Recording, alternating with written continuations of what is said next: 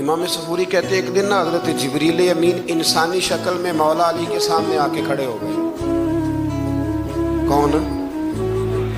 حضرت جبرائیل علیہ السلام۔ حضرت جبریل امین کھڑے ہوئے انسانی شکل میں، تو کہنے لگے علی یہ بتائیے کہ جبریل اس وقت کہاں ہے؟ انسانی شکل میں، اور مولا علی سے پوچھتے ہیں۔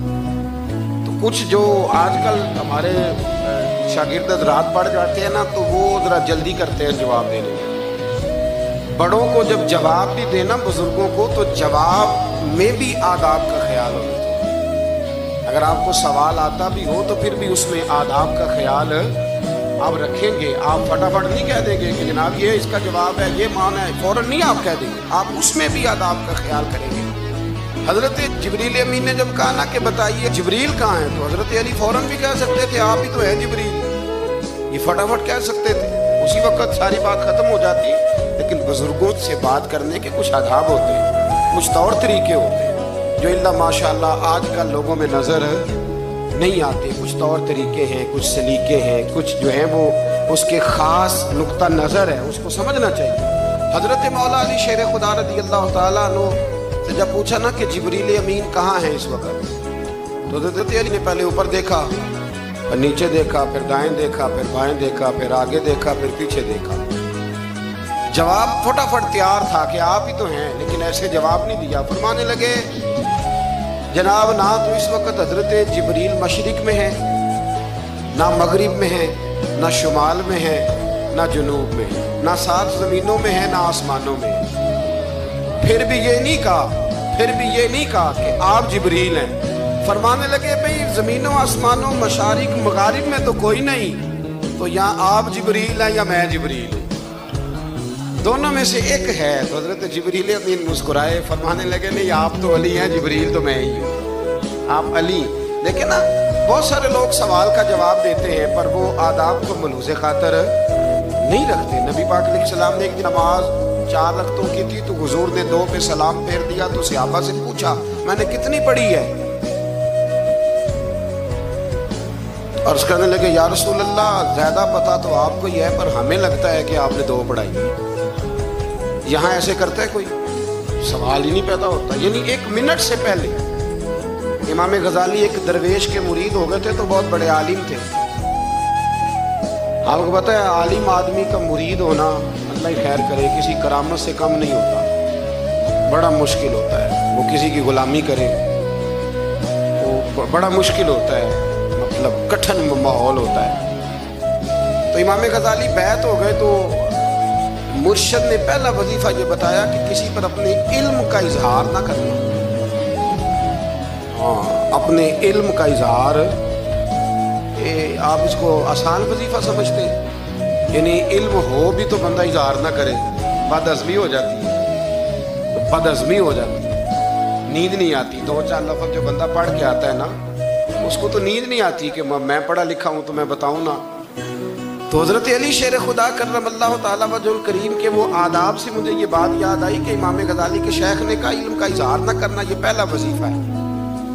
شیخ شہاب الدین سہروردی کہتے ہیں مجھے میرے ماموں حضور غوث پاک کے پاس لے گئے تھے، تو جاتے ہوئے میرے رستے میں خیال آ رہا تھا میں الحمدللہ خود پڑھا لکھا ہوں، کہ جب انہوں نے جا کے پیش کیا نا غوث پاک کی بارگاہ میں کچھ دیں، تو حضور غوث اعظم فرمانے لگے بھرے ہوئے پیالے میں کیا ڈالوں، تو پہلے ہی پھول ہے، کوئی گنجائش ہی نہیں۔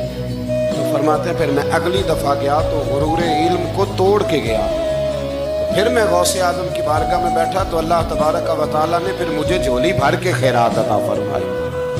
یاد ہے؟ تو کہتے ہیں انہوں نے کہا کہ اظہار نہیں کرنا علم کا۔ تو بس ایک دن بیٹھے بیٹھے نا ایک بندہ مسئلہ پوچھنے آیا، انہوں نے بزرگوں سے مسئلہ پوچھا، میرے مرشد سے، امام غزالی کہتے ہیں میرے پیر سے مسئلہ پوچھا، تو وہ کہنے لگے بھئی مجھے نہیں اس سوال کا جواب آتا۔ حضرت صاحب نے کہہ دیا مجھے نہیں آتا۔ کہتے میں قریب تھا، میں نے اس بندے کو بلایا، میں نے کہا مجھے آتا ہے جواب، میں بتاؤں؟ تو کہتے ہیں شیخ فرمانے لگے غزالی تیرا کیا خیال ہے، مجھے نہیں تھا جواب آتا، یہ تو تجھے آزمانے کے لیے انکار، تیری ابھی میں نہیں نہ گئی تو کوئی نہیں میاں پھر ابھی تو رستے میں ہی رہے گا۔ فٹافٹ لوگ کہتے ہیں ہم ایسی لاکھوں کتابیں قابل ضبطی سمجھتے ہیں جن کو پڑھ کے بیٹے باپ کو خبتی سمجھتے ہیں۔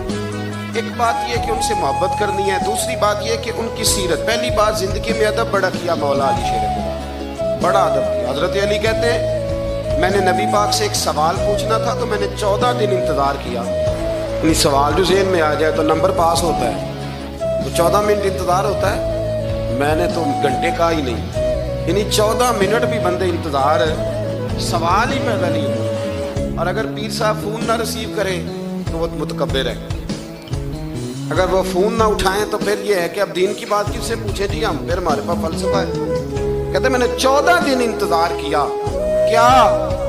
مولا علی فرماتے میرے دل میں خیال تھا کہ کوئی اور آ جائے اور جو میں بات پوچھنا چاہتا ہوں وہ نبی پاک سے پوچھ لے، وہ حضور سے پوچھ لے تو میرا بھی چلو معاملہ بن جائے گا. اب ان سے زیادہ کو بے تکلف تو نہیں تھا نا نبی پاک کی بارگاہ، جھٹ پوچھ سکتے تھے. 14 دن کہتے 14 دن کے بعد بندہ آیا، وہی سوال پوچھا جو میں نے پوچھنا تھا. تو کہتے حضور جواب اسے دے رہے تھے اور دیکھ میری طرف رہے، جواب اسے دے رہے تھے اور توجہ حضور کی میری جانب. ایک ان کی زندگی میں ادب بڑھا. دوسری بات یہ کہ گہرا علم ہے مولا علی کا.